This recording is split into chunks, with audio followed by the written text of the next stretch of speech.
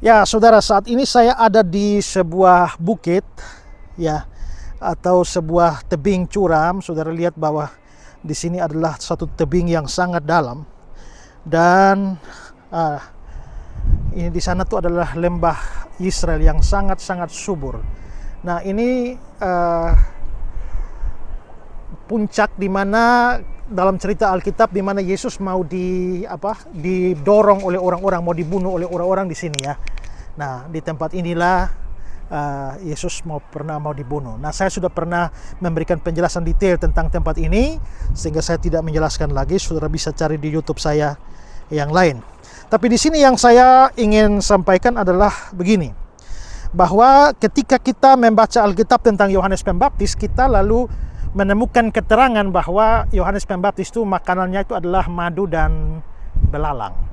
Nah, seringkali kita berpikir bahwa belalang itu berarti belalang yang kita pahami di Indonesia.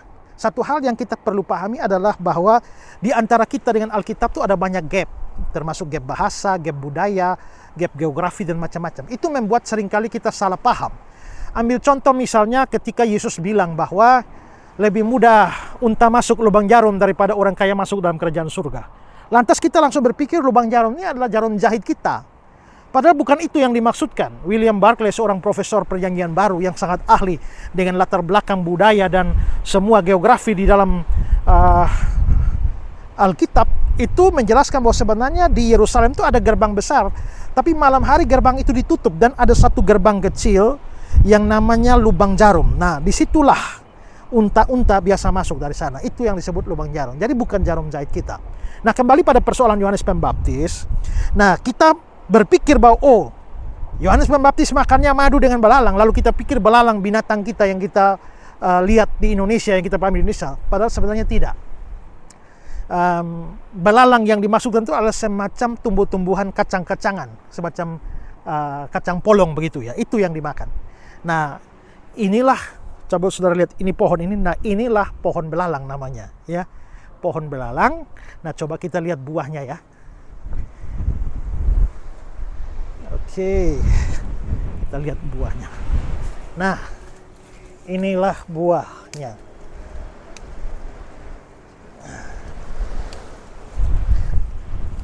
Nah, inilah buah yang disebut buah belalang. Ya, karena pohonnya ini namanya pohon belalang itu. Entah di dalam bahasa Ibrani-nya apa, tapi pokoknya kalau di Indonesia kan namanya pohon belalang.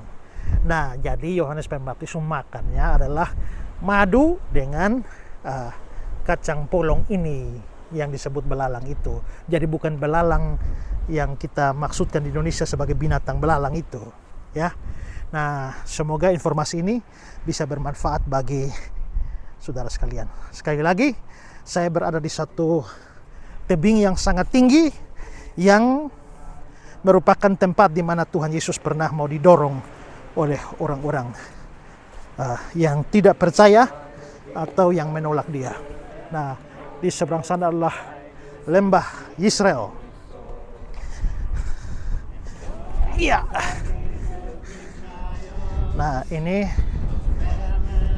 kalau dilihat di sini namanya adalah Mount of Precipice ya, tempat di mana orang-orang mau mendorong Yesus. Nah, saudara bisa lihat di sana, itulah Gunung Tabor. Ya, Gunung Tabor tempat Tuhan Yesus dimuliakan di atas gunung bertemu dengan Musa dan Elia. Ya. Baik, saudara-saudara, inilah informasi yang saya bagikan. Ini ada grup entah dari mana yang bikin acara praise and worship di sini. Mereka menyanyi, memuji Tuhan. Ya. Amin.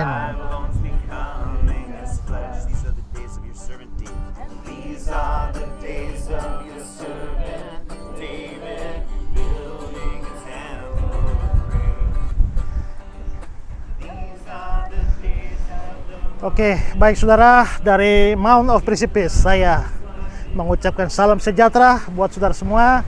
Tuhan Yesus memberkati. Shalom, salam damai sejahtera Dengan sukacita kami informasikan kembali, Ngobras goes to Israel. Ngobrol Alkitab santai. Bible study on the spot langsung di tempat-tempat bersejarah sesuai yang tertulis di dalam Alkitab.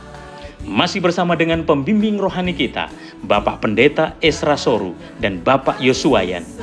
Kali ini paket komplit, kita akan menuju 3 negara, Israel, Mesir, dan Jordania secara langsung. Kami mengundang Bapak Ibu Saudara yang haus dan rindu menggali kebenaran firman Tuhan, baik dari sisi sejarah, hermeneutik penafsiran Alkitab, dan pengertian-pengertian rohani di dalamnya. Segera daftarkan diri Anda serta keluarga untuk jadwal perjalanan tanggal 23 Oktober sampai 4 November 2023. Atau bisa bertanya secara langsung dengan Kairos Tour di nomor 087 888 00 9854. Pastikan Anda diberkati dengan pengenalan akan Tuhan lebih lagi melalui perjalanan rohani ini. Havenus Shalom Aleichem. Kubawa berita sejahtera. Yuk yang pengen ke Yerusalem, kita jalan bareng Pak Esra. Pastikan booking seat Anda, Tuhan memberkati.